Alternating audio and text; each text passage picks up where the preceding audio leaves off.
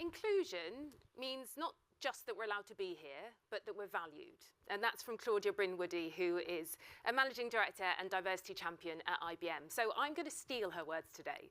And I'm going to say that I'm not just going to include you, but I want to value all of your opinions. And that goes to all of you in this room with me, as well as those folk who are online today. This is going to be an interactive experience, and I need you. We're going to be exploring inclusion, saying no to racism, and ultimately how that maximises our teams. How's that sound? Great. It sounds like head nods, great and good. This is a very good start. You have been warmed up. Who am I to do that? Well, my name is Amelia, and I'm from Bi-Jingo. We are a drama-based training company that specialises in high-level leadership and communication, and we work with many organisations across finance, law, tech, across the globe, and I never go anywhere alone. I am joined by some fictional friends in the corner. Give us a wave, fictional friends. Oh, you get clapped straight away. And today they're going to be bringing some behaviours to life. We're going to take you to the theatre and ask you to have thoughts, reflections, challenges on what you see. And I do want to say that this is a sensitive topic. I want to say that we're looking at delicate issues, and so I want to prepare us for that and make sure that we set some ground rules in the space. And the first ground rule that I want to set is empathy. Let's assume positive intent from everyone in this room. That's all of you who are sitting here, all of you online, and our fictional friends today. And if you're okay to show empathy with us today, can you just give me a little thumbs up or a wave? Thank you, great. And I'll imagine those virtual ones as well. And the second thing is the fact that we're all still learning, including me. I might facilitate many sessions like this, and yet this group of folk, online and in person, are a unique set of people, and we will have a unique set of learning. So let's remember that and respect the fact that we're all still learning. And for the final time, if you're okay with that, could you just give me a quick thumbs up? Thank you so much, folk. So today I will be asking you questions, asking for your thumbs up and more. People online, you'll be able to put questions, comments and reflections, and I'll be reading those out later. And people in the room, I'll be asking for you to share your voices as well if you feel comfortable, and you can also type in the chat. So let's get started. That's enough from me, because I would like to take you to the theatre. And you're about to meet three fictional friends. Their names are Celia, give us a wave, Celia, Josh, and Nish. They're all at the same level in an organisation, working on a project. They're due to start a meeting. In fact, they were due to start it 10 minutes ago, but they're waiting for their colleague, Nish. So let's see how it goes. Over to you both. Well, I guess we should get started. Yeah, well, listen, I'm happy to kick off if that works. Yeah, sure, yeah. Yeah, so I looked at the data we collected, and I think that we're going to need more time on the evaluation. Yeah, I was thinking the same thing. There's way more than expected. Yeah, absolutely. Sorry. Hey, Nish. Sorry I'm late. Here he is. Looks like black people time catching, eh? No So it's worries. just No worries. No worries, Nish. We were just talking about timelines for the evaluation. Possibly think we might need to push it back. Yeah, that's okay. Yeah. Well, I wouldn't say it was okay, but yeah, I think that we just need to be realistic. Of course, that's what I meant. Yeah. Yeah, I agree. With the level of resourcing we have, we need to create more time. How does that affect the delivery team? What do we need to share with them? Nish, you probably have the best relationship with them. To be honest, I'm not sure. Sorry, it's been a bit of a morning. Hey, I get you. My kids were a nightmare this morning. Didn't think I'd ever leave the house. Yeah, something like that. Hey, mate. Looks like you could do with another coffee. Well, yeah, look, if Nish is going to be all quiet on us today, I guess I'm happy to take the lead with the delivery team. Yeah, I've got quite a good rapport, actually, with Yin. Is it Yin or Yon? I always get that wrong. I think it's Yin. Yeah, you're right, it is yin, because it's like the yoga, isn't it? God, I could do with some yoga. My back's a state these days. Oh, tell me about it. Mine's awful. I guess it's just our age, really, isn't it? But anyway, I digress. Yeah, so I'll touch base with yin. Yeah, and we can get a head start on the presentation data. A lot of unpacking there. Yeah, and that just leaves then the number crunch on the brief form. I guess, Nish, you could run with that. I expect you're really good with numbers, yeah? Sorry, what? You're a bit distracted today, Nish. I'm just saying, I bet you're good with numbers, yeah? Why would I be good with numbers, Celia? Like, why? It's ridiculous. It's just... Sorry, it wasn't a big deal. I didn't mean... I think she just meant that you haven't shown as much interest in the presentation prep, that's all. Let's no one overreact here, eh? Yeah, of course. Sure. Well, I guess, seeing as we've got a bit of time, then we could take a look at the presentation for next week. Yeah. Okay, I put your pin in this. How was that? And to my folk online, please do type in your comments what you liked, what you didn't like. I'm seeing straight away a thumbs down. What was that thumbs down for? It was a bit awkward. It was more than a bit awkward. Why was it awkward? I'm hearing lots of murmurs. Don't be afraid. I think they might no one asked him what happened before he came in. Yeah, He was obviously frazzled, and I don't know why you wouldn't give any care to a colleague. yeah. So just to repeat that why no one asked him how he was obviously frazzled. Why would you not show any care to a colleague? And of course, that's a colleague of any identity in any place, but we know that care and actually belonging, the Harvard Business Review says that a high sense of belonging increases job performance and decreases sick days. So actually belonging and care are important, and they have a business bottom line. So actually a simple check-in, thank you, we're going to steal that in a moment, is incredibly important. What else felt troublesome? Hello? Judgments and assumptions, tell me more.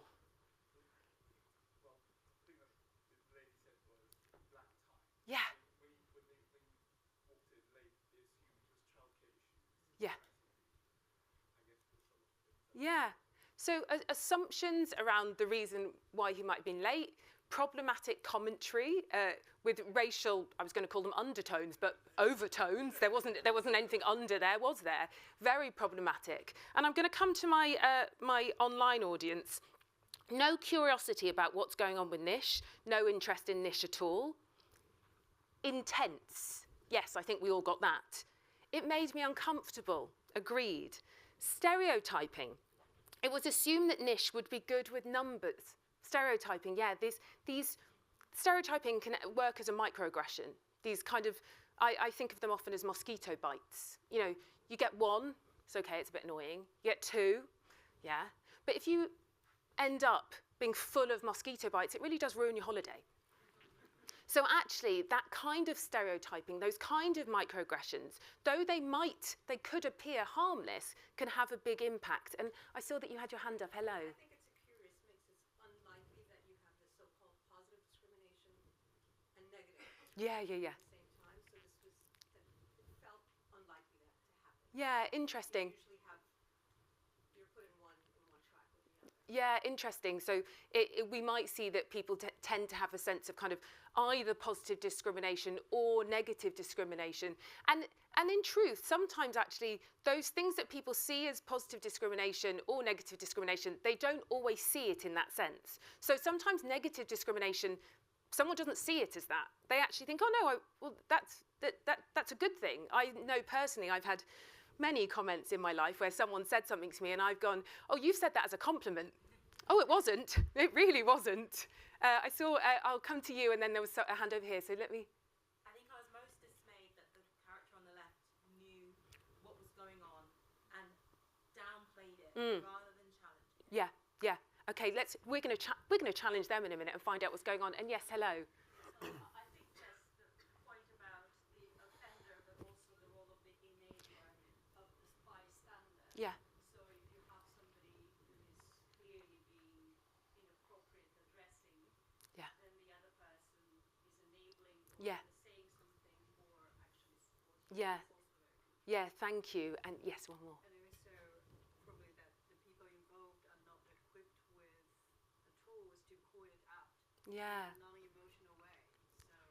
So that can stop this kind of things. And because typically what would happen is actually I'm paying you a compliment. I was terrible at math and you're great at that. And so I thought you don't want to meet clients because you're so good with quantity. So Yeah. that's normally how the conversation would continue.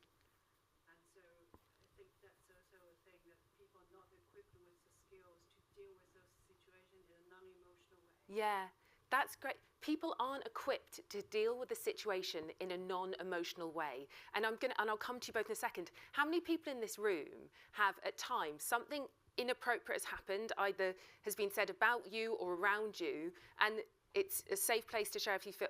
How many people have gone, I don't feel equipped to deal with that? Because I know I have. You know, any one of us could be in any of these seats at different points because we're none of us binary. We're not good, bad, right, wrong.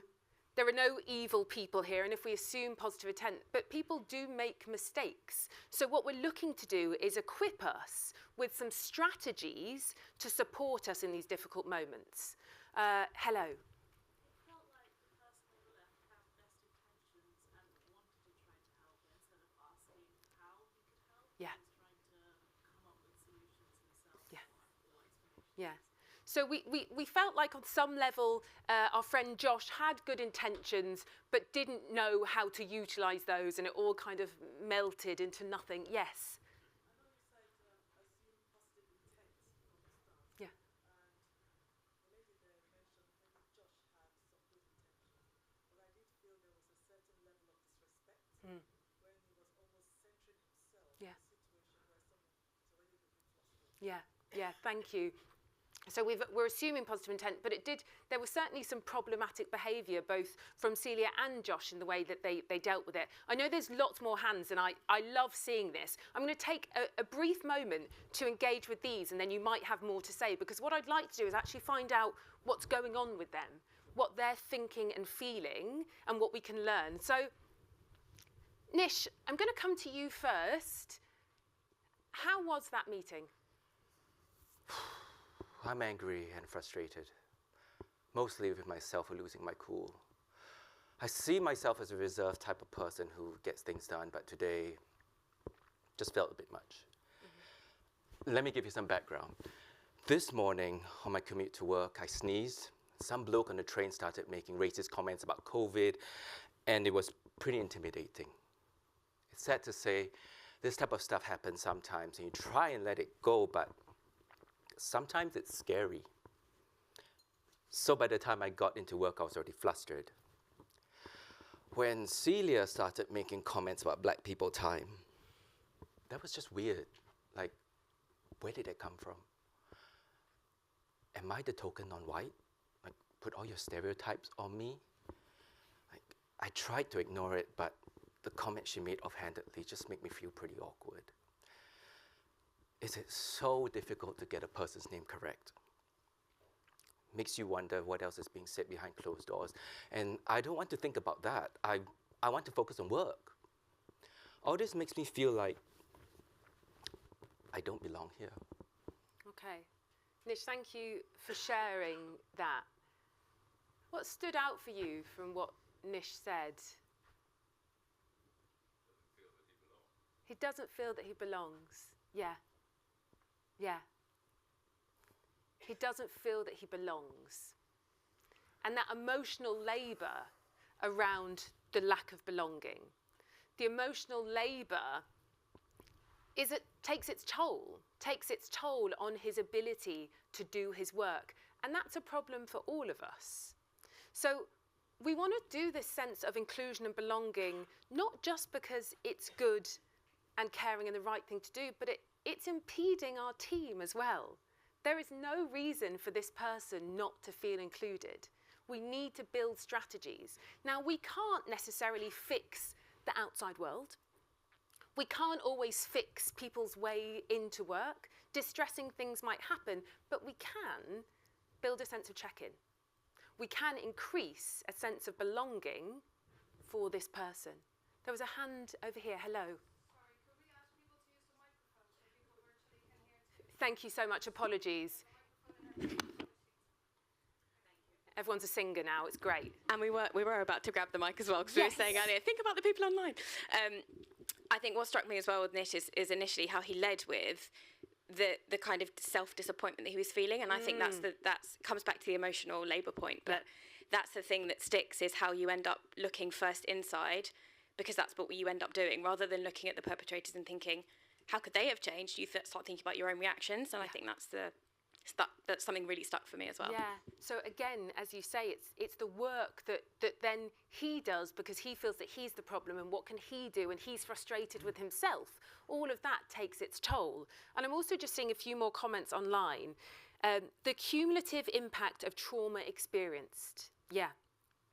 I think it's important to recognise the feeling of belonging is also business critical, and it's not just about cognitive diversity. The feeling of belonging is also business critical. Exactly, thank you. Interesting question here, and I'm going to put it out to the audience.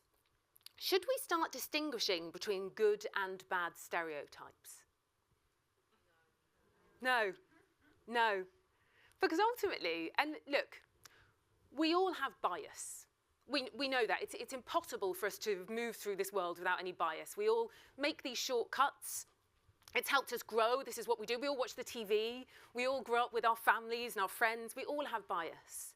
But the truth is, stereotype, good or bad, leaves less space for us to be us. And earlier, our speaker so eloquently put about allowing people to be open, authentic, and vulnerable as themselves. Stereotypes take away from that. So actually, good or bad, how might we make space for us to all show up as ourselves? I'm going to carry on because I want to hear more from our friends about what went wrong there, because we've heard some of the backstory from Nish, and we've heard some confusion about why Josh behaved in this way. So, actually, no, I'm not going to start with you, Josh. Let's go to Celia. Celia? Yeah. Sorry, we've said there were some awkward moments. Tell me about that. What was going on? Yeah, it was awkward, and I know it went wrong, completely wrong. And I'm very worried that I think I've made Nish feel very uncomfortable, and that absolutely was not my intention at all. Look, I'm a white woman, I'm married to a black man, I've got mixed heritage children, and in our home, we joke and laugh about culture all the time. That's how we operate. And my care and concern at work is to build rapport and relationships with my people, and I often use humour to do that. But I absolutely recognise that sometimes that's misplaced, and in this instance was misplaced. And now I feel kind of stuck, actually. I don't really know how to recover or to make it better. I'm also very conscious as a woman that I know what it feels like to be undermined in public. And so that is something that I do want to rectify, but I just don't actually really know how now. Okay, thank you so much, Celia. Any responses from my audience?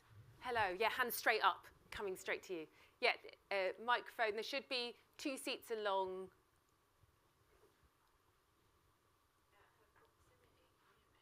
I don't. Her proximity to blackness in an interracial relationship doesn't absolve her of working on her own whiteness as a white woman who shares a lot of privilege in a white society. Yeah. Thank you for naming that. So, though she has a sense, this, as you've said, there's a proximity in this case to blackness. It's in some way bolstered Celia to have a certain kind of language and take within this space, which is inappropriate. Actually is inappropriate and breaks those boundaries of respect and support and care and belonging that we've spoken about. So it's also worth Celia building a greater sense of awareness of the difference between at home Celia and the Celia who walks into the work world. Hello. Oh yeah, so making humorous comments about protective characteristics is a no-go area, full stop. You need to be very careful how you display humour in a workspace. Yeah, absolutely. And look, I get it. I get why people might think that kind of, I can make a joke about that. I want you to know that I really think it comes from this place of, I want you to know that I'm fine with it. Which is a strange way to be, isn't it?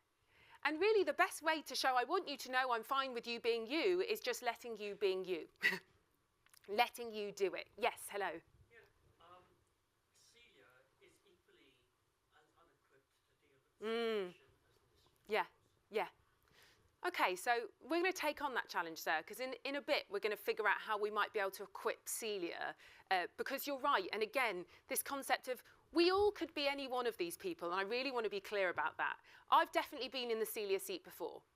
I've definitely been in the Josh seat before, and I've been in the Nish seat. We all could be any of those people. So we need strategies to support and include.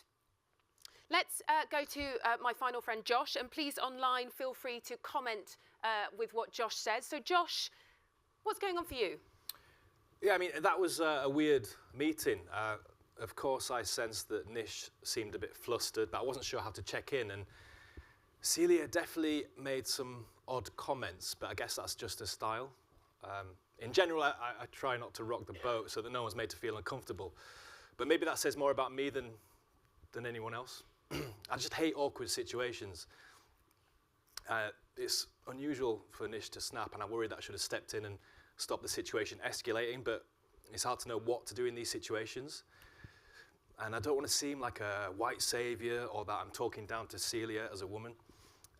So I feel like I'm stuck between a rock and a hard place. Okay. Stuck between a rock and a hard place. I think we can try and help unstick him. So what suggestions could you give me? If we could turn back time, and I'll let you know we can, it's the theatre.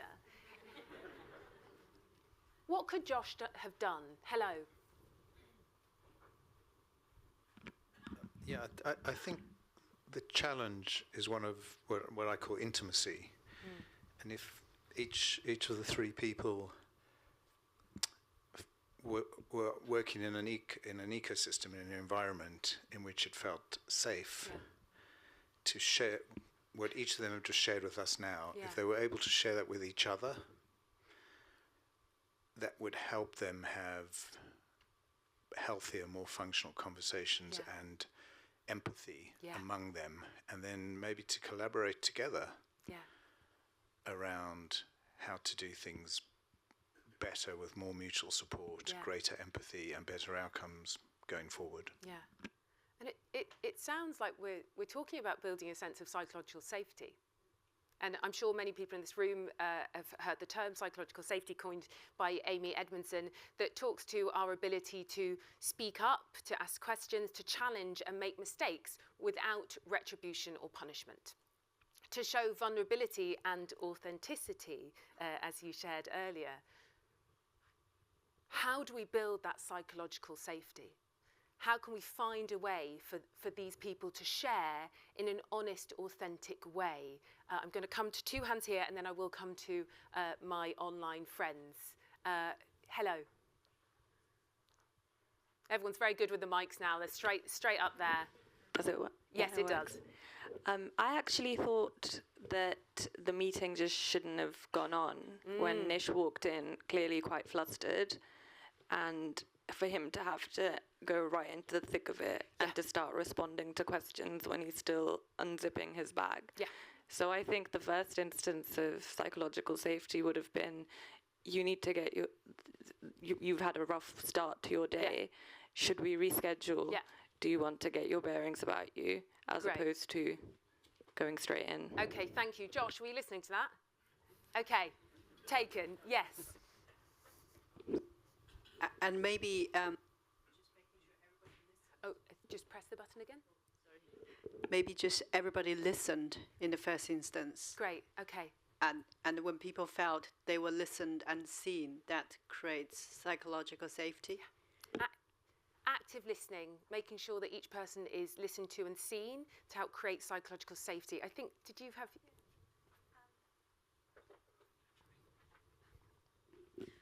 Is it on? Can you hear me? Yes. Okay. I think the first thing is that the language that Josh is using to describe Celia's behavior is very light, as opposed to calling it out for what it is. So by using the language that the behavior is biased, is the language that we need. And I think often that, yes, these conversations are awkward, but it's what you say, it's how you say it, not what necessarily what you're saying. So if you're saying it in an aggressive tone, then yes, it is going to come across that way, but you just have to be mindful about how you're saying it. Yeah. And then the second thing that I noticed is that at no point Nish was invited to the conversation. Yeah.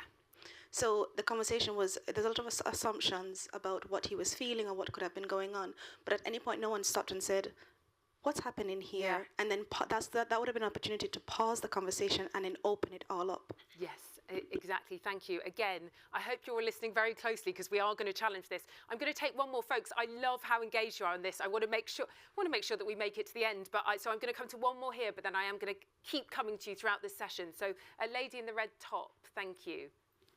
So I think one of the key foundations for a high-performing team is to have trust in each other, and I think this team clearly lacks that, which is why they cannot even have that sense of belonging, amongst themselves. So Nish alluded to the fact that, I don't know what else they talk about me behind my back. Josh is not very sure on, I know that this was not the right thing to say, but he doesn't feel confident enough to say it. So clearly, I think a trust-building exercise is what they should start with. Yeah, okay, great. So you're taking that back to the line manager trust-building exercise, but it feels like we don't have that there. And a comment from online as well, Josh tried to relate. So we want to have empathy for him. It's tough, agreed. It takes courage. But he did minimise Nish's situation, whatever it might be. Josh could have, being more vulnerable, tried to understand Nish's experience. I completely agree. And I want to encourage Josh to be a gracious host. And this is a concept from Kendall C. Wright. And I think of it as many of us in this room, probably all of us at some point, have had a dinner party. And at that dinner party, you want your guests to feel welcomed, listened to, respected, and welcomed. Again, we've gone back to the beginning. And being a gracious host within the workplace is very similar. We want to make sure that we increase inclusion within our sphere of influence to create an atmosphere of psychological safety. So with all of the fantastic feedback and advice that we've had from online and in person, I'm going to encourage Josh to try again and be a gracious host. Josh, are you ready? Okay, over to you all. Well, we are running a bit late, but let's give Nish a few more minutes. Yeah, if you think it's necessary. Yeah, Nish is being a key player on this, so it makes sense to wait for him. Yeah, sure, okay.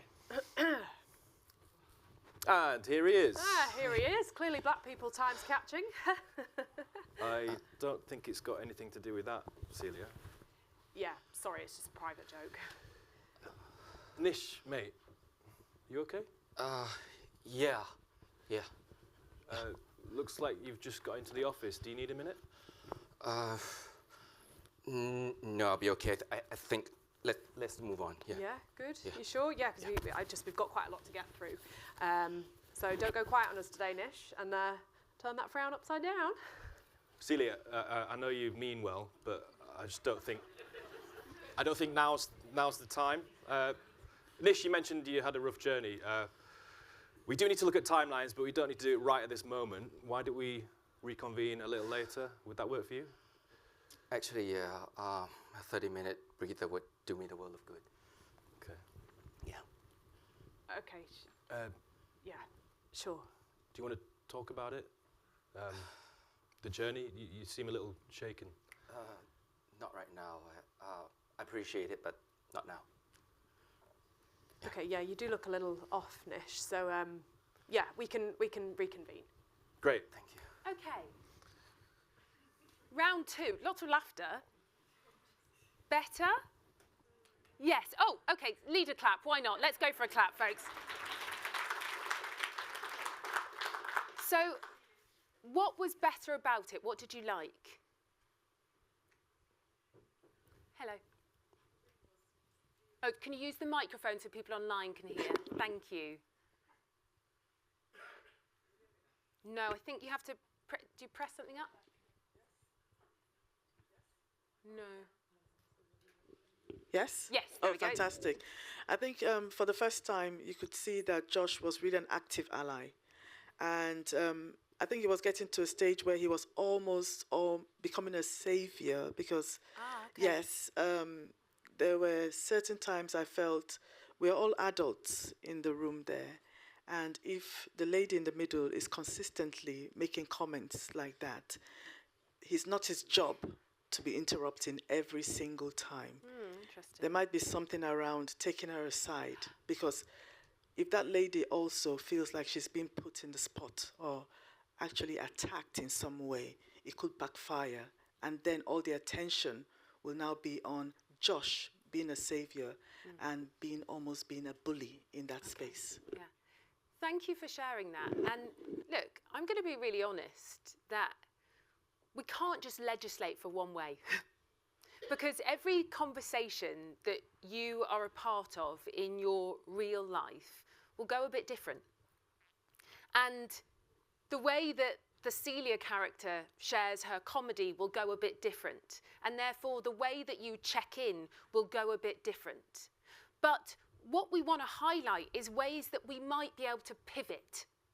Ways we might be able to turn the conversation around. And we saw some of those highlighted there. So we saw I don't think that's appropriate right now. I'm not sure if that's right.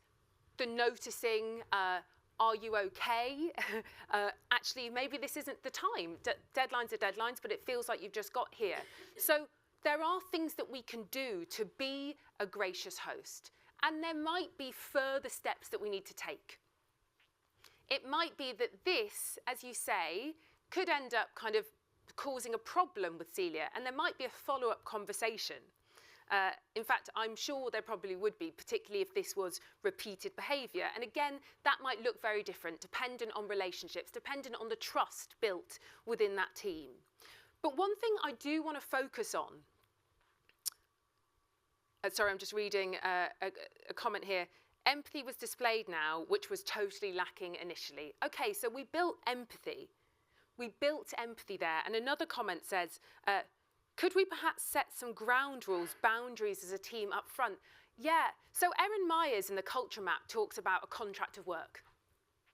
When we start with a team, we contract. What do people need? How do we get the best of one another? And whether that be a small sub-team or the larger team, actually it seems like that, setting the ground rules, contracting for what we need is really important. So you can hold that in your toolkit for later. But one thing I do want us to look at, because I think it's something that we don't focus on that often, let's pretend that second scene didn't happen. Celia's aware that she's done poorly because she's heard all of you online and in here tell her. How do we actively repair a relationship when we've done wrong? Because again, we all do wrong.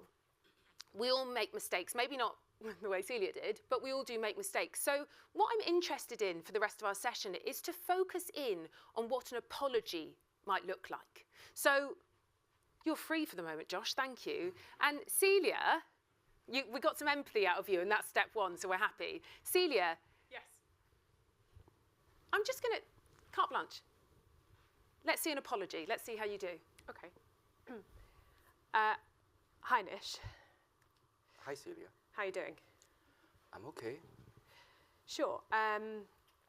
Listen, thank you so much for making some time to see me. I really appreciate it. That's okay. Is everything okay? I've got another call in 10 minutes, so... Yeah, sure, sorry. No, yeah, of course. Look, I just wanted to talk about the meeting that we had earlier in the week. I thought we got everything done we needed to, so... Yeah, okay, well, yeah, absolutely. It's not the meeting per se, but actually how the conversation went. Yeah, I've been thinking about it a lot since then, and... Right.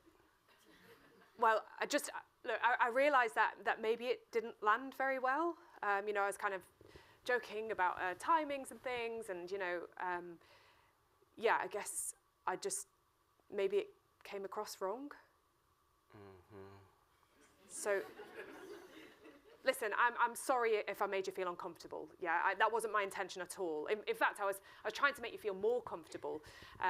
Because, you know, I know in my family, you know, we laugh and joke about culture all the time. And, you know, my husband, well, he's always late. And not that you're black, just that, you know, I guess I was just trying to put you at ease. And, yeah, it was just a joke. Sure. Oh, hands up straight away. So folks online, please can you give me some comments? I'm going to come to 3 people in here straight away. Don't know. That's perfect. Yes, okay. So it's interesting. I was thinking about the idea of bringing your whole self to work. I think she's trying to do that. Do you know what? You're right. But we have a problem here, right? Yeah. Because he probably doesn't believe her because she's offensive in other situations as well. And I think we all experience this. And how can she change this? You know, is that her DNA? I don't know. So that's really interesting, isn't it? Because we're talking a lot about bringing your full self to work. And we recognise that there have to be boundaries. So how are we able to fully be ourselves, but also recognise that we need to respect and care for other people? And ultimately, the experience that you've learned or the racial literature that you have at home will be different at work. And in that apology, what I heard was a lot of centering of her. I'm sorry if you felt this way, but. Doesn't feel the best way to apologise, does it? Doesn't feel like you're actively repairing a relationship. And someone here has put, I'm sorry if isn't an apology. Yeah. She overcompensated. Oh, this is a good one. She's unprepared and wants more from Nish than she's expecting to give. Yeah. And preparation for these sticky, difficult conversations is key. If you know that you're going to apologise to someone and it is a sensitive issue, how can you prepare? Well, I like to think of an apology is a little bit like giving feedback. Action plus impact equals apology. And what I mean by that is, I did this, I'm concerned it had this impact, and I'm sorry. To focus on the impact as opposed to the intention, yes. What about timing? I mean, it looks like she's waited a couple of days. Yeah. So look, I often say delay dilutes. The longer you wait, the less important it seems to you. And I'm going to say, you have to do it when you're ready, because if you're not fully prepped, you might dig a hole even worse. So, you know, how long is a piece of string? But the longer that you wait, the worse it gets. And that's the same with not just something like this and apologising, but also when it comes to just performance management and giving feedback. If you've got an important piece of feedback to deliver it as quickly as possible. Don't wait until 3 months later. Oh yeah, I've just been collecting some things together and now I'll let you know. Well, I don't think it's very important, is it? Well, it is actually. Let me come to, yes. I'll just make a very quick point. From the theatre today, it just looks like the employees of these organizations were not treated to a D&I training course. So, which I think all of us should go, or it's an organizational responsibility as an employer to provide training of how to react to situations and how to behave in situations where you have a multi-cognitive diverse team. Yeah. So thank you. I'm an academic, so we do that all the time. Yes, and you're exactly right. You know, this is about giving people the language and the tools, because if we assume positive intent from everyone, it's not that they're actively trying to be difficult. People just aren't quite sure. I'll come to you and then the lady behind. Hello.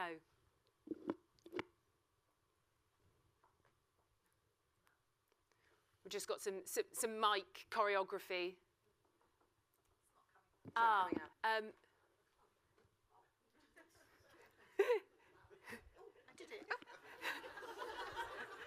No one said that Bi-Jingo doesn't bring comedy, okay?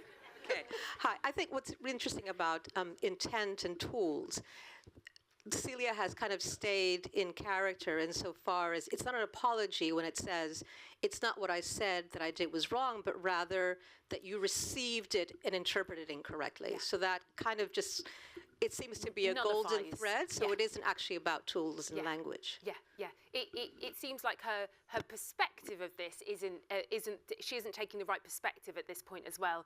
Again, Celia, I hope you're listening, because we will be making you do it again. And yes, hello. Hi. If I was to ignore the apology, which I agree with everything that we've heard, it was almost like digging a deeper hole.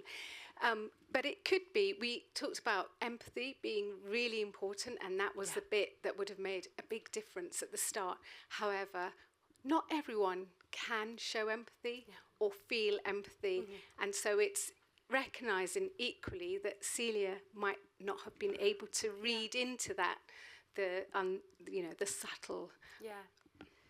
Yeah, thank you. And of course, and as I said before, each situation will be uniquely different. And I think this comes back to the fact that know your teams, know one another, and this Erin Meyer's contract of work, understand what people need.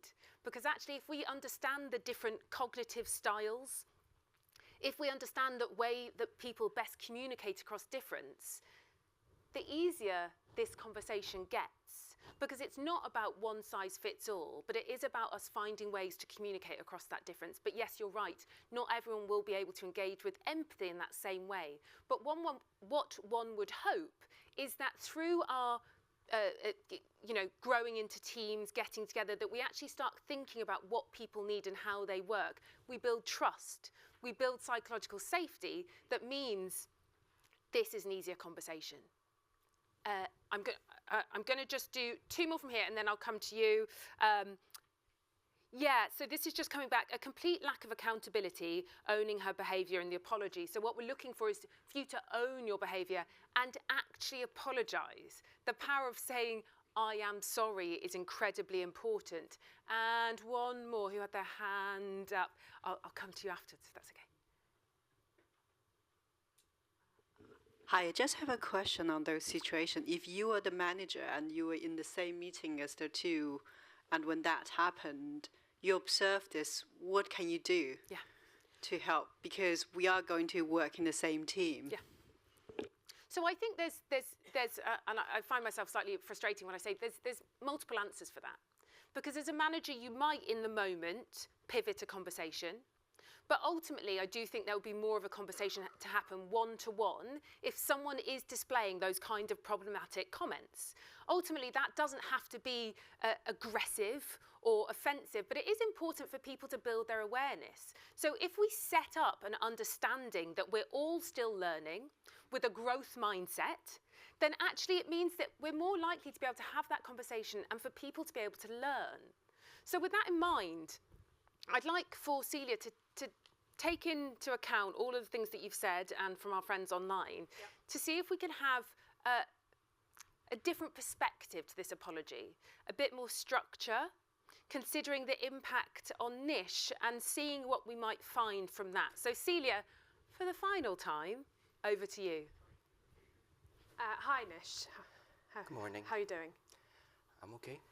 Look, I wanted to catch you this morning and apologise for how I behaved in the meeting. Okay. I noticed that when you arrived, you were quite flustered, and I got quite nervous for some reason, which was not right of me and doesn't really make sense either, to be honest. And I made an assumption about your cultural background, and I also made a mistake about appropriate language in the workplace. And it wasn't fair on you or anybody else in the room. Yeah. And honestly, it came out of a desire to make the space more relaxed, but I came at it completely the wrong way. And yeah, furthermore, I was incredibly flippant with the language that I used, and I'm aware that the negative impact that flippancy can have, not just in the room, but beyond that as well, and how it can undermine, really. So I'm sorry. I appreciate that. You're right, it wasn't great. I don't feel that comfortable joking about diverse cultures and people's names. What do people think about my name? Is my existence comedic?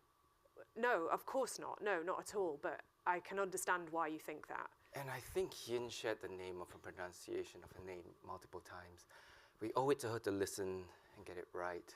It's hard to keep bringing this up over and over again. It just seems like you don't care, which is tough.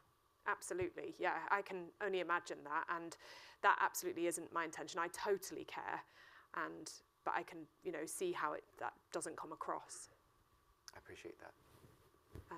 Yeah, listen, I want to make a real commitment to, pronouncing people's names correctly, but also being aware of what's going on for other people around me.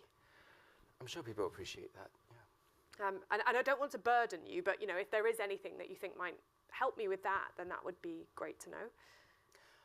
Not right now, but if I think of anything, I'll let you know. Okay, thank you. And Nish, thank you again for taking some time, and I'm sorry for misspeaking. I know that must be tough. I appreciate you speaking up. And I can share that day was particularly difficult for me. I suffered a racist incident on the way into work, and it really affected me. Oh gosh, sorry. Yeah, that must have been awful. Yeah, so you making those comments, such pointed comments about my race really felt like the last straw. Yeah, absolutely. I mean, my comments were uncalled for in the best of moments, let alone a day like that. Yeah, I'm sorry. Yep. Okay. What do we think? What was the value of that conversation? What was the value of that conversation? Hello.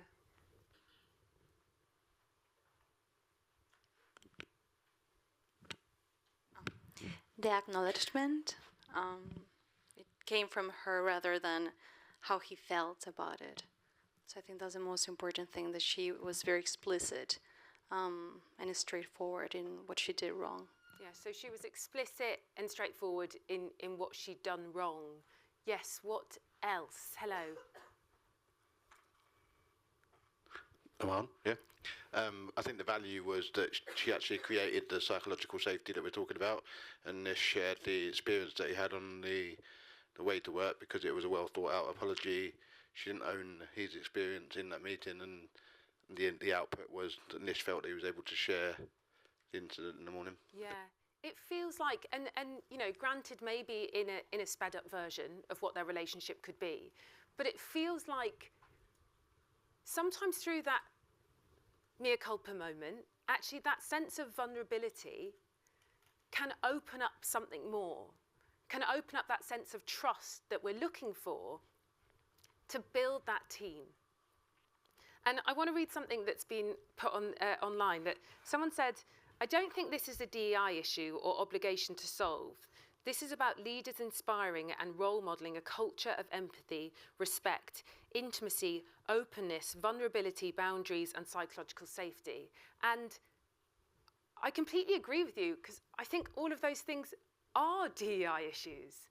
That is about us embracing the diversity of our organisation and making sure that we're able to use our wonderful resources.